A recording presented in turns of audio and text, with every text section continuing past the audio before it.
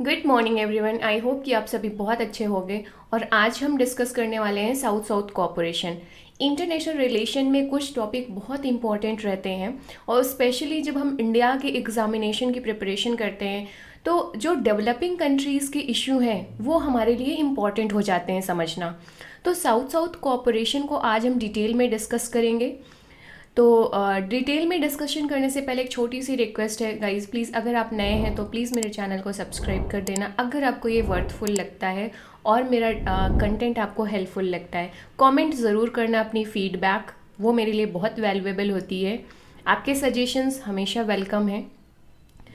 तो south south cooperation की बात की जाए तो सबसे पहले समझने की कोशिश करते हैं कि ये डिवाइड कैसे है। What is south south, right. Cooperation से तो टर्म समझ में आ रहा है आपको कि भाई हाँ, कोऑपरेट कर रहे हैं, कोलैबोरेशन कर रहे हैं, एक दूसरे की हेल्प कर रहे हैं, रिसोर्सेज को शेयर करेंगे।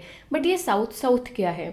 तो आप जब इंटरनेशनल रिलेशन में जब डेवलप्ड एंड डेवलपिंग कंट्रीज़ की जब बात होती है तो दो टर्म बहुत यूज़फुल होते हैं, एक नॉर्थ साउथ कोऑपरेशन, एक साउथ साउथ कोऑपरेशन, राइट। अब ये नॉर्थ एंड साउथ डिवाइड को थोड़ा समझने की कोशिश करते हैं। तो ये जो मैप आप देख रहे हो यहाँ पर, आई होप कि ये मैप आपको विजिबल होगा।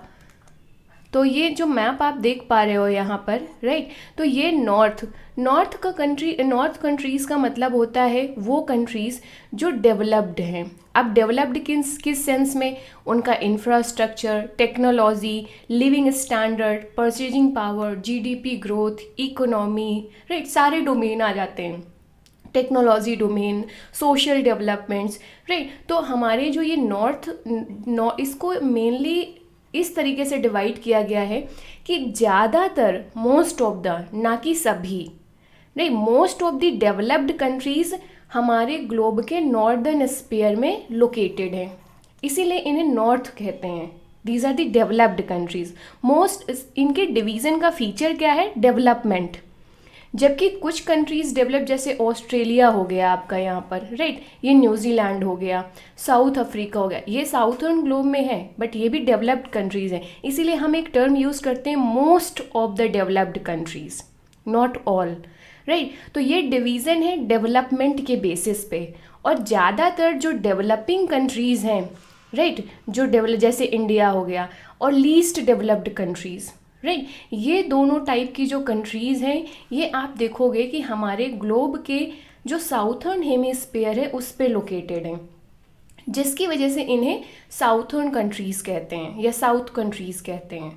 तो अभी ये डिवीज़न आपको समझ में आ गया कि ये डिवीज़न किस बेसिस पे है?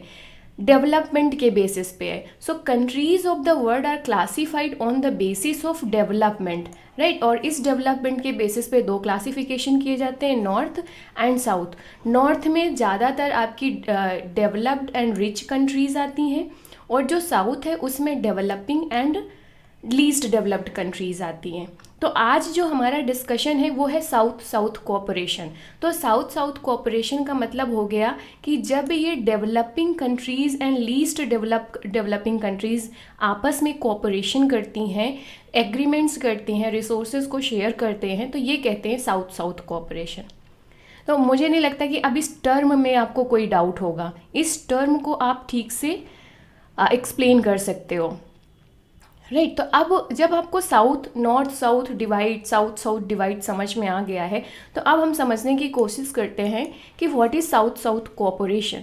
तो जो कंट्रीज़ ऑफ साउथ, और साउथ की कंट्रीज़ का मेन फीचर्स क्या था? ये डेवलपिंग कंट्रीज़ थी एंड लीस्ट डेवलप कंट्रीज़ थी। जब ये आपस में वेरियस फील्ड्स में कोऑपरेट करती हैं तो इसे ही हम साउथ साउथ कोऑपरेशन या साउथ साउथ डायलॉग कहते हैं, राइट। अब ये जो कोऑपरेशन है, आप इसको मेनली एक, और आपने ये सुना होगा, सुना होगा ये टर्म, नॉन अलाइनमेंट मूवमेंट। तो ये बहुत बड़ा प्लेटफॉर्म था, बहुत बड़ी मैकेनिज़्म थी आप कह सकते हो, जिसके थ्रू आप साउथ साउथ कोऑपरेशन को समझ सकते हो, राइट।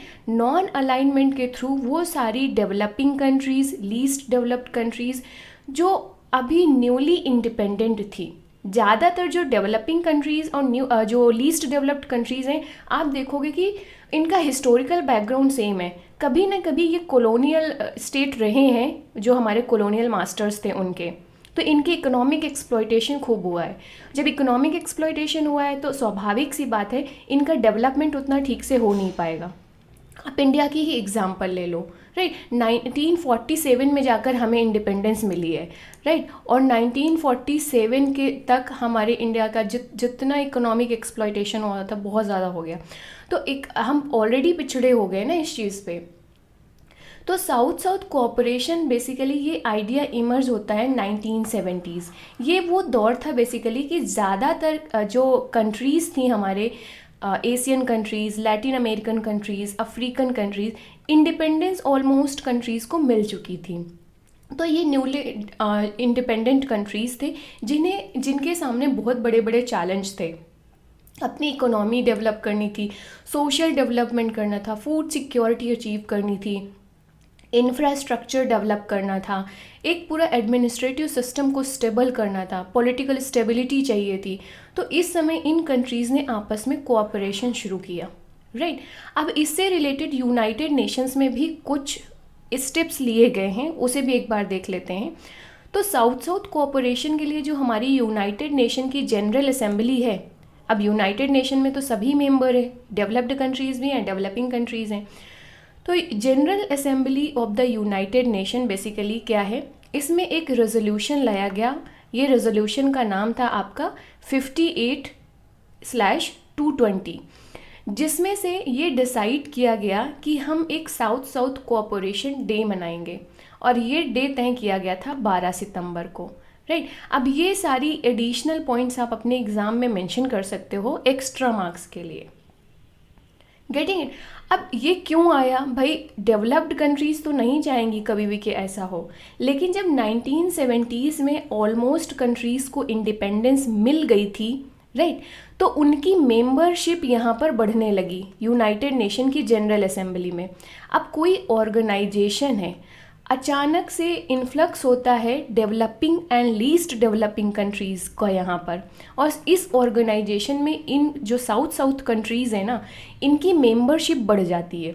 तो बैलेंस ऑफ पावर यहाँ पर चेंज होता है। पहले किसका दबदबा, मेजॉरिटी में कौन है, डेवलप्ड कंट्रीज़ हैं, राइट। लेकिन जब जैसे जैसे कंट्रीज़ इंडिपेंडेंट होती गई, उनको स्वतंत्रता मिलती गई, वो ज्वाइन करते गए यूनाइटेड नेशन को, उनकी संख्या यहाँ पर बढ़ जाएगी। तो एक बैलेंस ऑफ पावर यहाँ पर चेंज होता है, और इसकी वजह से आप देखोगे कि साउथ साउथ कोऑपरेशन को बूस्ट मिलेगा।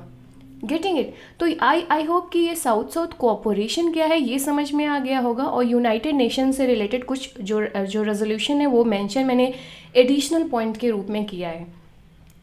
एक एडिशनल पॉइंट और मेंशन कर सकते हो, रायसीना डायलॉग होता है इंडिया में। ये एक तरीके से इंडिया का एक मीटिंग होता है जिसमें इंटरनेशनल इन्वेस्टर्स को भी बुलाया जाता है, राइट। ORF के द्वारा इसे ऑर्गेनाइज कराया जाता है। तो बहुत ही इम्पॉर्टेंट डायलॉग होता है ये, जिसमें इकोनॉमिक डेवलपमेंट्स से रिलेटेड बहुत सारी चीज़ें होती हैं। तो दुनिया भर के देश आते हैं यहाँ पर, उनके बीच में डायलॉग होता है, कॉन्फ्रेंस होता है। तो 2021 में ये वर्चुअल मीटिंग हुई थी। इसको मेंशन करना इसलिए ज़रूरी है क्योंकि ये करंट अफेयर का पार्ट है, और हमारे IR के क्वेश्चंस और आंसर बिना करंट अफेयर को ऐड किए हुए अधूरे माने जाते हैं। ये मेरा मानना है, मेरा एक्सपीरियंस भी है। जैसे जैसे इसमें करंट अफेयर से लिंक करते जाओगे, आपकी वैल्यू एडिशन होती जाएगी और आपको मार्क्स बढ़ते जाएंगे, राइट।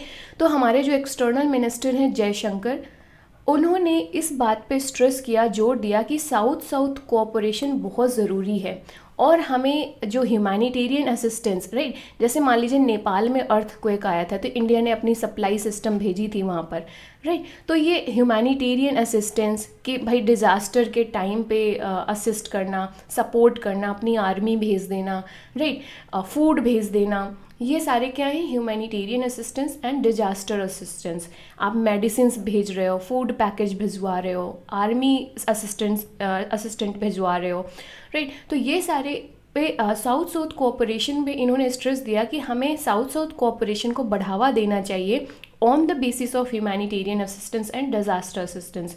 इस बात पे जोर दिया गया रायसीना डायलॉग 2021 में।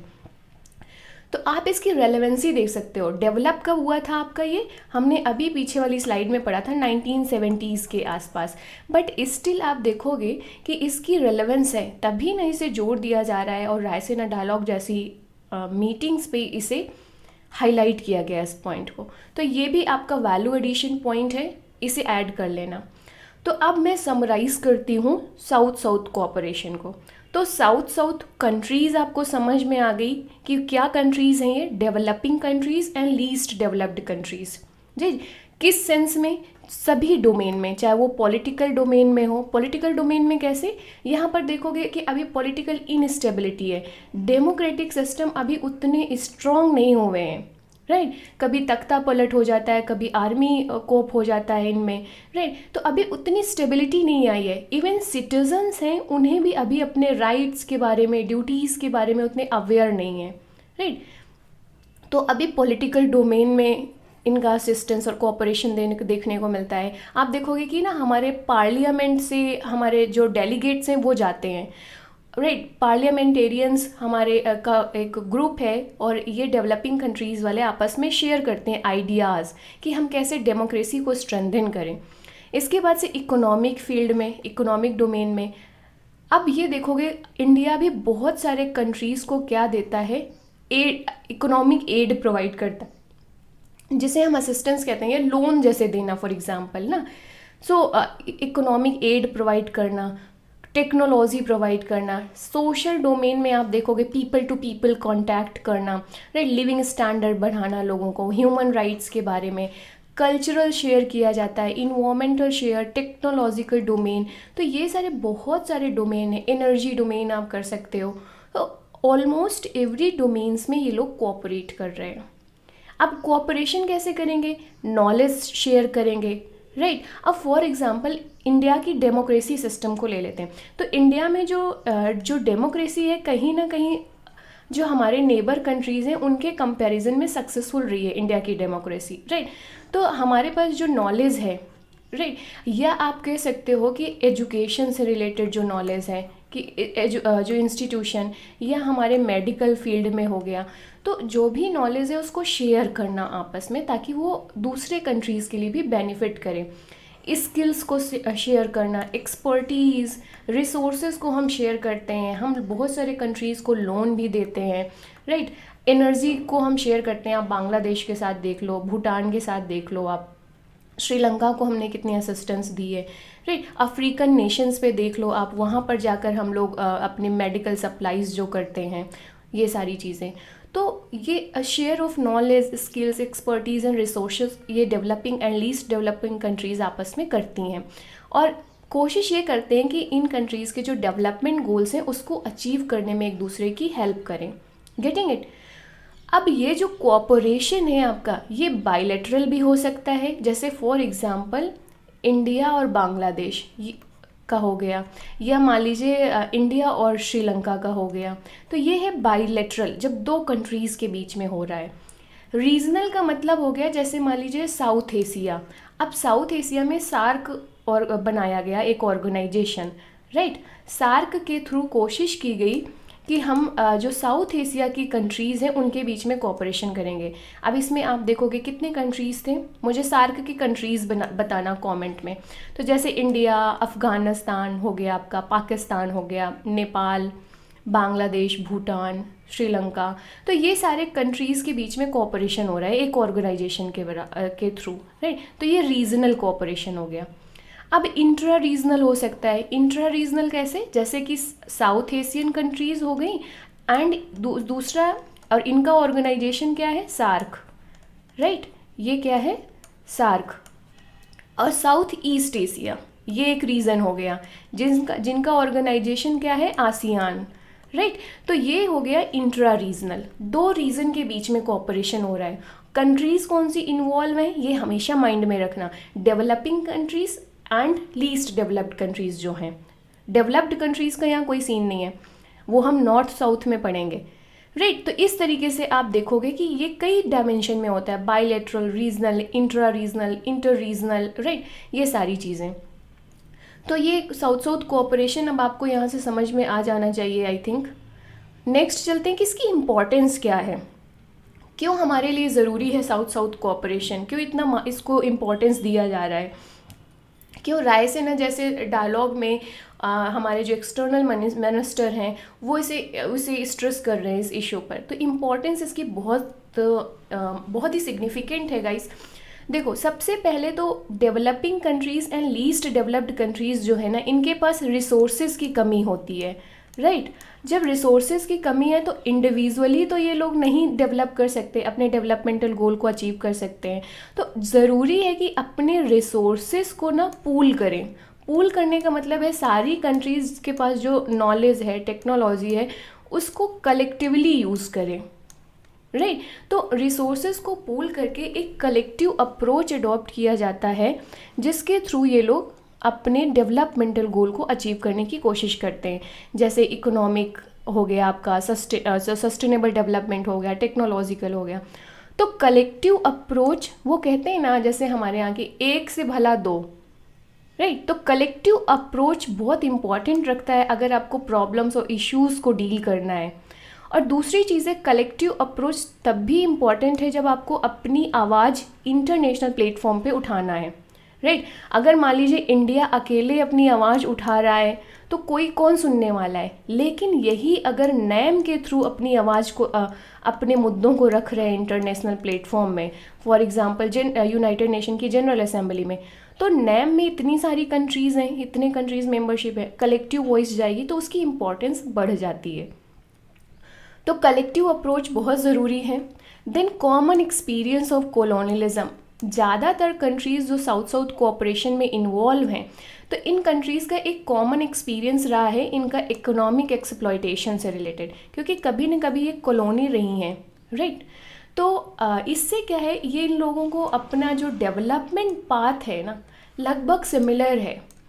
और इस कॉमन एक्सपीरियंस के थ्रू ये लोग अपने जो स्ट्रक्चर है, जो चाहे इंफ्रास्ट्रक्चर हो, राइट, चाहे वो एडमिनिस्ट्रेटिव इंफ्रास्ट्रक्चर हो, चाहे पॉलिटिकल इंफ्रास्ट्रक्चर हो, चाहे इकोनॉमिक इंफ्रास्ट्रक्चर हो, इवन सोशल इंफ्रास्ट्रक्चर जैसे एजुकेशन एंड ऑल, तो इसके थ्रू इन्हें डेवलपमेंट करने पे हेल्प मिलती है एक दूसरे की।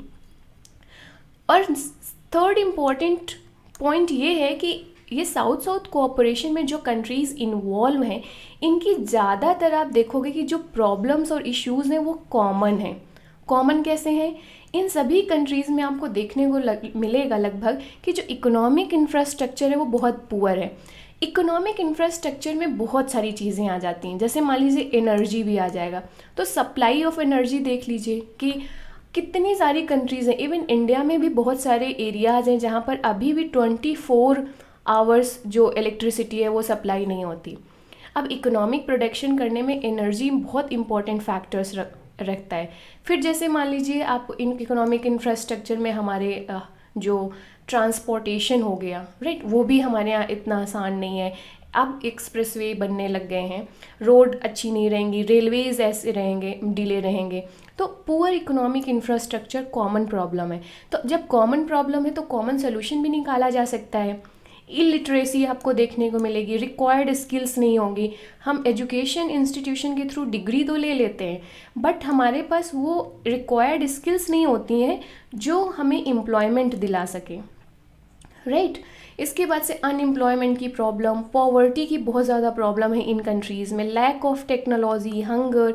तो ये सारी कुछ कॉमन प्रॉब्लम्स हैं और इसीलिए ये कंट्रीज़ मिलकर एक सलूशन निकालना चाहती हैं और अपने अपने एक्सपीरियंस और रिसोर्सेज को कलेक्टिवली यूज़ करते हैं। नेक्स्ट है, इन कंट्रीज़ को साउथ साउथ कोऑपरेशन इसलिए इम्पॉर्टेंट है क्योंकि जितनी भी ये कंट्रीज़ हैं वो चाहती हैं कि सेल्फ रिलायंस, जो आत्मनिर्भरता है, उस स्टेटस को अचीव कर पाए। क्योंकि जो साउथ साउथ कोऑपरेशन में इन्वॉल्व कंट्रीज़ हैं, जो developing and least developed countries हैं, ये इनकी बहुत ज़्यादा डिपेंडेंसी है वेस्टर्न वर्ल्ड में, जो डेवलप्ड कंट्रीज़ हैं। अब जब उन पे डिपेंडेंसी है तो डेवलप्ड कंट्रीज़ अपने टर्म्स एंड कंडीशन बहुत ज़्यादा लगाते हैं और उस टर्म्स एंड कंडीशन में इन कंट्रीज़ की हेल्प करते हैं। गेटिंग है? तो ज़रूरी हो जाता है इन कंट्रीज़ को कि सेल्फ रिलायंस को अचीव करें, जिससे कि ये अपनी ऑटोनॉमी मेंटेन कर सकें, राइट। इनके इंटरनल जो इंटरनल अफेयर्स हैं इसमें ये जो डेवलप्ड कंट्रीज़ हैं वो बहुत ज़्यादा इंटरफेयर ना कर सके। अब इंटरफेयर करेंगी तो एक्सप्लॉयटेशन भी करेंगी, तो इसलिए ज़रूरी है कि सेल्फ रिलायंस का पाथ जो इन कंट्रीज़ ने तय किया है उसे ही अचीव कर सके। नेक्स्ट, जैसे इंडिया, आजकल इंडिया में देखोगे आप आत्मनिर्भर भारत कैंपेन कितना इम्पॉर्टेंट हो गया, कितना ज़्यादा उसे पॉपुलराइज किया जा रहा है और सीरियस लिया जा रहा है, तो ये भी मेंशन कर सकते हो आप। देन साउथ साउथ कोऑपरेशन इससे भी इम्पॉर्टेंट है क्योंकि तभी ये लोग इंटरनेशनल अफेयर्स में इक्विटी, फेयरनेस और जस्टिस के प्रिंसिपल इस्टेब्लिश कर सकते हैं in the favour of developed countries. आप देखोगे कि इंटरनेशनल प्लेटफॉर्म पर जितने भी इंटरनेशनल ऑर्गेनाइजेशन हैं, जितने भी इंटरनेशनल लॉज होते हैं ना कहीं वो डेवलप्ड कंट्रीज़ को फेवर करते हैं।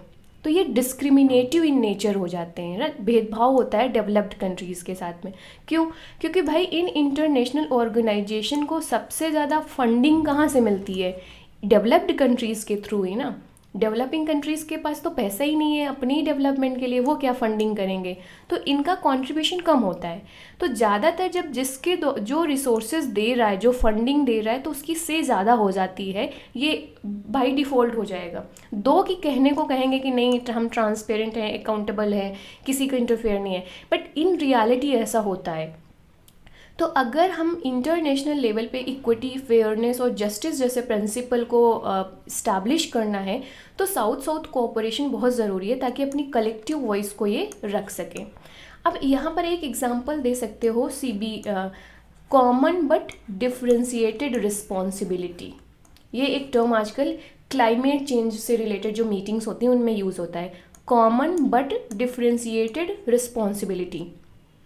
ये क्या है? देखो, प्रॉब्लम हमारी कॉमन है। कॉमन प्रॉब्लम क्या है? क्लाइमेट चेंज या ग्लोबल वार्मिंग, राइट? या तो जो ये इन्वायरमेंट से रिलेटेड है, climate change and global warming. तो प्रॉब्लम हमारी कॉमन है बट हमारी रिस्पॉन्सिबिलिटीज़ डिफरेंट है। भाई डेवलप्ड कंट्रीज़ ने इन्वायरमेंट को ज़्यादा पोल्यूट किया है, तो जो डेवलप्ड कंट्रीज़ हैं उनकी रिस्पॉन्सिबिलिटी ज़्यादा हो जाती है कि वो इस इन्वायरमेंटल पोल्यूशन का सलूशन निकालने में ज़्यादा कंट्रीब्यूट करें, चाहे वो टेक्नोलॉजिकल में हो या चाहे फंड हो। तो डेवलप्ड कंट्रीज़ ज़्यादा फंड दें ताकि हम इन्वायरमेंट पोल्यूशन को से क्या सलूशन ढूंढ पाएँ, क्योंकि भाई उन्होंने ज़्यादा पोल्यूट किया है। कॉमन प्रॉब्लम है बट रिस्पॉन्सिबिलिटीज़ डिफरेंट है। आप developed countries and developing countries में इक्वल रिस्पॉन्सिबिलिटी नहीं कर सकते हैं। ये साउथ साउथ कोऑपरेशन की वजह से हो पा रहा है। अदरवाइज़ ये जो प्रिंसिपल है कभी भी डेवलप्ड कंट्रीज़ एग्री नहीं होती इस चीज़ के लिए, राइट? तो ये इसको भी मेंशन कर देना ताकि वैल्यू एडिशन हो सके। अब इसकी मैकेनिज़म्स देख लेते हैं कि साउथ साउथ कोऑपरेशन अगर है तो इसमें से क्या क्या मैकेनिज़्म और प्लेटफॉर्म एग्जिस्ट कर रहे हैं जिसके थ्रू ये लोग अपना साउथ साउथ कोऑपरेशन कर रहे हैं, राइट? तो अगर साउथ साउथ कोऑपरेशन को देखा जाए तो पहली बार जब इंस्टीट्यूशनलाइज्ड किया है इसको, दो कि पहले से चल रहा था, right, mutual cooperation and collective actions, लेकिन इंस्टीट्यूशनल फॉर्म में पहली बार एक्सप्रेस ये करते हैं नैम के through, non alignment movement, and एक ग्रुप 77 जिसमें developed countries developing countries and least developing countries इसके पार्ट हैं, ये दोनों इंस्टीट्यूशंस के, right, NAM and group of 77। इसके थ्रू इन्होंने इंस्टीट्यूशनलाइज्ड एक्सप्रेशन किया किसका, कि हम साउथ साउथ कोऑपरेशन कर रहे हैं। फिर एक फर्दर आगे चलता है, इसे कहते हैं UNCTAD, United nation conference on trade and development. इसको इस्टेब्लिश किया जाता है 1964 में, जहाँ पर डेवलपिंग कंट्रीज़ ने अपनी जो ट्रेड पॉलिसी एंड प्रमोशन है इसमें फेयर डिस्ट्रीब्यूशन मांगा या फेयर शेयर मांगा, क्योंकि जो ट्रेड होता था, इंटरनेशनल ट्रेड था, उनमें दबदबा किसका था? जो डेवलप्ड कंट्रीज़ थी, राइट, जो नॉर्दर्न कंट्रीज़ थी, जो नॉर्थ हेमिस्फीयर में जो डेवलप्ड कंट्रीज़ थी, उनका इंटरनेशनल ट्रेड पर दबदबा था। स्वाभाविक सी बात है क्योंकि उनका इंफ्रास्ट्रक्चर अच्छा था, उनके पास रिसोर्सेज ज़्यादा थे, उनकी कंपनियां बहुत बड़ी बड़ी थीं। आप अभी भी देख लो वर्ल्ड पे अमेरिका की कंपनीज़ कितना ज़्यादा मतलब सभी जगह डोमिनेट करती हैं इंटरनेशनल लेवल पे, जिन्हें हम MNCs कहते हैं। तो इसे बनाया गया जिसके थ्रू ट्रेड पॉलिसी को थोड़ा फेयर बनाया जा सके। इसके बाद से 1974 में एक रेजोल्यूशन लाया गया कि भाई हमें न्यू इंटरनेशनल इकोनॉमिक ऑर्डर की ज़रूरत है। जो ब्रिटेन वुड सिस्टम है, आपने शायद सुना होगा ब्रिटेन वुड सिस्टम को, जिसके थ्रू हमारे जो हमारे वर्ल्ड बैंक, IMF, ये सारी चीज़ें बनी थी। आगे चलकर WTO बनता है। तो ये सारे ऑर्गेनाइजेशन पे डोमिनेंस किसका था? डेवलप्ड कंट्रीज़ का। तो जो हमारे डेवलपिंग कंट्रीज़ थे, जो साउथ साउथ कंट्रीज़ थी, इन्होंने डिमांड की कि न्यू इंटरनेशनल इकोनॉमिक ऑर्डर बनाया जाए। और ये जो न्यू इंटरनेशनल इकोनॉमिक ऑर्डर होगा वो फेयर एंड इक्विटी के प्रिंसिपल पर बेस्ड होगा, ना कि डोमिनेंस होगा किसी पर्टिकुलर कंट्रीज़ का, राइट। तो ये बहुत इंपॉर्टेंट है, इसे ज़रूर मेंशन करना। इसके बाद से United Nation Development Programme for technical cooperation among developing countries, ये स्पेशल यूनिट इस्टेब्लिश की गई थी यूनाइटेड नेशंस में 1974 में, ताकि डेवलपिंग कंट्रीज़ और जो साउथ साउथ कंट्रीज़ हैं इनको सपोर्ट किया जा सके, हेल्प किया जा सके, राइट। तो ये वेरियस इंस्टीट्यूशंस थे। अब हम इंडिया को देखें कि साउथ साउथ कोऑपरेशन में इंडिया का स्टैंड कहाँ है, क्या रोल है।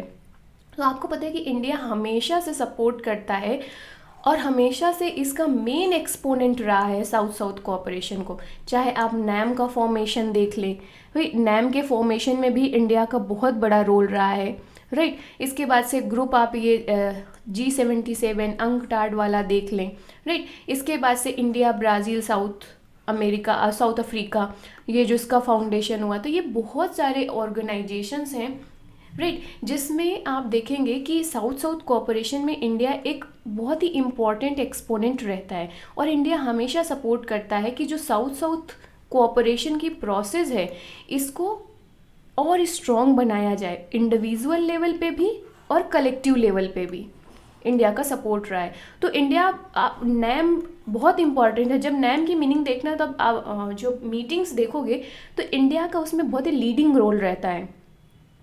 और अभी प्रेजेंट 21st सेंचुरी जिस तरीके से जियो पॉलिटिकल सिचुएशन चेंज हो रही है, यहाँ पर आप देखोगे कि इंडिया का बहुत बड़ा रोल है डेवलपिंग कंट्रीज़ को लीड करने में, राइट। और बहुत सारे एक्सपर्ट कहते भी हैं कि इंडिया अब अपनी इतनी स्ट्रॉन्ग पोजीशन में है कि इंडिया को अभी लीड करना चाहिए। तभी इंडिया बहुत सारे मुद्दों को उठाता है जो डेवलपिंग कंट्रीज़ के लिए इम्पॉर्टेंट है, जो साउथ साउथ कोऑपरेशन, जैसे यूनाइटेड नेशन की सिक्योरिटी काउंसिल में रिफॉर्म की बात करता है, राइट।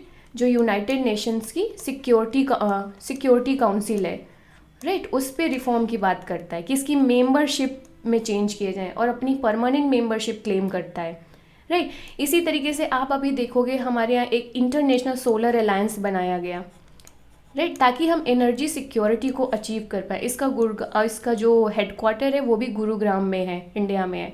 तो इसमें बहुत इंपॉर्टेंट रोल रहा। तो ऐसे बहुत सारे एग्जांपल्स दे सकते हो जहाँ पर इंडिया लीडिंग रोल प्ले कर रहा है साउथ साउथ कोऑपरेशन के लिए। फिर साउथ साउथ कोऑपरेशन को और अगर कंटेम्पररी कंटेक्स्ट पे देखा जाए कि प्रेजेंट सिचुएशन क्या है साउथ साउथ कोऑपरेशन को, जो 1970s में जाके शुरू होता है, अभी प्रेजेंट में कहाँ एग्जिस्ट करता है। तो अभी प्रेजेंट में सबसे इम्पॉर्टेंट फैक्टर्स जो डिज़ाइन कर रहा है, शेप कर रहा है इंटरनेशनल अफेयर को, वो है ग्लोबलाइजेशन। ग्लोबलाइजेशन एक प्रोसेस है या फिनोमेना है जिसके थ्रू जो वर्ल्ड की कंट्रीज़ हैं उनकी इकोनॉमिक है वो इंटीग्रेट हो रही है, राइट। ओपन बॉर्डर हो रहे हैं, एक ग्लोबल विलेज बन रहा है। अब ये क्यों हो रहा है? Due to multiple advancement in the technologies, जैसे इंफॉर्मेशन एंड कम्युनिकेशन टेक्नोलॉजी जो है ICT, इसके थ्रू आज हम कहीं पर भी बैठ कर दुनिया भर के लोगों से जुड़ सकते हैं। Zoom meeting, right, Google classroom, Google Meet, इनके थ्रू। तो अभी आप देखोगे कि ऐसा लगता नहीं है कि हम इतने डिस्टेंस में हैं। तो ग्लोबलाइजेशन एक फिनोमेना है जिसमें वर्ल्ड की कंट्रीज़ की जो इकोनॉमीज़ हैं वो इंटीग्रेट हुई, मतलब ट्रेड सभी के बीच में होने लगा। अब जब इकोनॉमी लेवल से शुरू हुआ, इसका प्रभाव सभी क्षेत्र पे पड़ा, सोशल क्षेत्र पे भी पड़ा, कल्चरल क्षेत्र पे भी पड़ा, पॉलिटिकल क्षेत्र पे भी पड़ा, इन्वायरमेंट में भी पड़ा। आप देखोगे कि आजकल सोशल एंड कल्चरल एस्पेक्ट पे जो हमारे यहाँ हर जगह आपको मैकडी देखने को मिल जाएगा, डोमिनोज देखने को मिल जाएगा। इवन अब्रॉड में जाओगे तो आपको हर जगह चाय मिल जाएगी, इंडियन फूड मिल जाएगा, राइट, फ्रेंचाइजीज लोग खोल रहे हैं। तो ग्लोबलाइजेशन का इम्पैक्ट बहुत ज़्यादा पड़ रहा है ये। तो अभी इसने जो ग्लोबलाइजेशन है इसने चैलेंजेस भी दिए हैं और अपॉर्चुनिटीज़ भी दी हैं, दोनों चीज़ आए हैं यहाँ पर, राइट। ऐसा नहीं है कि सिर्फ अच्छी अच्छी चीज़ें ही हुई हैं इसके बाद से, राइट। तो दोनों ही चीज़ें रही हैं, चैलेंजेस भी रहे हैं और अपॉर्चुनिटीज़ भी प्रोवाइड किए। तो साउथ एक्सपर्ट ये कहते हैं कि इवन जो साउथ कोऑपरेशन की हम बात कर रहे थे, इसमें भी दो डिवीज़न हो गया है अब। एक डेवलप्ड साउथ है और एक पुअर साउथ है। ग्लोबलाइजेशन फिनोमिना का कुछ कंट्रीज़ को अच्छा बेनिफिट मिला, जैसे India, Brazil, China, south Africa में, तो इनकी इकोनॉमीज़ डेवलप कर गई। पुअर साउथ जैसे बहुत सारे अफ्रीका के कंट्रीज़ आप देख लो या एशिया की कंट्रीज़ देख लो, ग्लोबलाइजेशन का इन्हें इतना ज़्यादा बेनिफिट नहीं मिला, due to some reason, due to lots of factors, ये ग्लोबलाइजेशन का उतना बेनिफिट नहीं ले पाए। तो इवन अब साउथ भी दो ग्रुप पे डिवाइड हो गया, developed south and poor south, right. तो आप देखोगे कि जैसे जो साउथ कोऑपरेशन के लिए इंस्टीट्यूशंस बनाए गए थे, जैसे नैम एंड जो आपका G77 था, ये भी अब उतने इफ़ेक्टिव नहीं रह गए। एक्सपर्ट कहते हैं कि due to the pressure of globalisation जो हमारे एजेंडा थे साउथ कोऑपरेशन के, जो हमारे साउथ कोऑपरेशन के इंस्टीट्यूशंस थे, प्लेटफॉर्म थे, वो वीक हुए हैं। क्योंकि जो ये डेवलप्ड साउथ ग्रुप डेवलप हुआ ना, इसने धीरे धीरे क्या किया, जो डेवलप्ड कंट्रीज़ के ग्रुप थे जैसे G20, G8, इनके साथ अपना कोलैबोरेशन करने लग गए। तो ये डायमेंशन ज़रूर मेंशन करना प्रेजेंट कंटेक्स्ट पे वैल्यू एडिशन के लिए। लास्ट में हम कंक्लूड कर सकते हैं अपने आंसर को कि साउथ कोऑपरेशन ने एक बहुत लंबा रास्ता तय किया, कलेक्टिव स्ट्रैटेजी भी बनाई, कुछ जो अपॉर्चुनिटीज़ भी मिली, कुछ सक्सेसफुल रहा, बट मेजर सक्सेस अभी भी नहीं मिली। जो हमारा एजेंडा था न्यू इकोनॉमिक स्ट्रक्चर का, या जो फेयर एंड जस्टिस वाले प्रिंसिपल्स को सेटअप करने थे इंटरनेशनल प्लेटफॉर्म में, ये हम अभी भी इस्टेब्लिश करने में सक्सेस नहीं रहे हैं, right. Specially in the era of globalisation, जहाँ पर ये साउथ कोऑपरेशन वीक हुआ है according to some expert, right. तो अभी देख ये उतनी सक्सेस नहीं मिल पाई जितनी एक्सपेक्ट की गई थी, जिससे कि हम इंटरनेशनल प्लेटफॉर्म में इक्विटी जैसे प्रिंसिपल को इस्टेब्लिश कर पाते। तो ऐसे करके आप अपने आंसर को कंक्लूड कर देना यहाँ पर। तो आई होप सो कि साउथ कोऑपरेशन आपको समझ में आया होगा। साउथ कोऑपरेशन में जब भी हम बात करेंगे तो सबसे पहला आप बेसिक दिखाओगे कि साउथ कोऑपरेशन है क्या, कौन कौन सी कंट्रीज़ इसमें इन्वॉल्व हैं।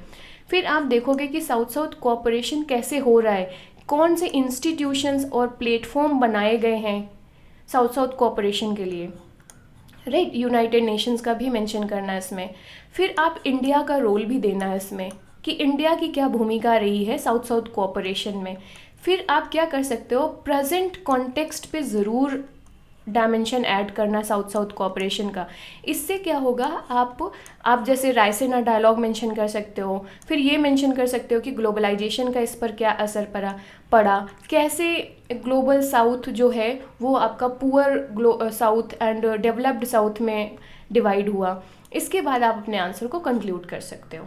तो ये चीज़ें थी आज के डिस्कशन में। आई होप सो कि आपने डिस्कशन एंजॉय किया होगा guys, and thanks for watching. अगर अच्छा लगा हो आज का डिस्कशन तो please comment me below, and please like, share and subscribe my channel, share with your friends to support me. See you in the next video. Bye bye, take care.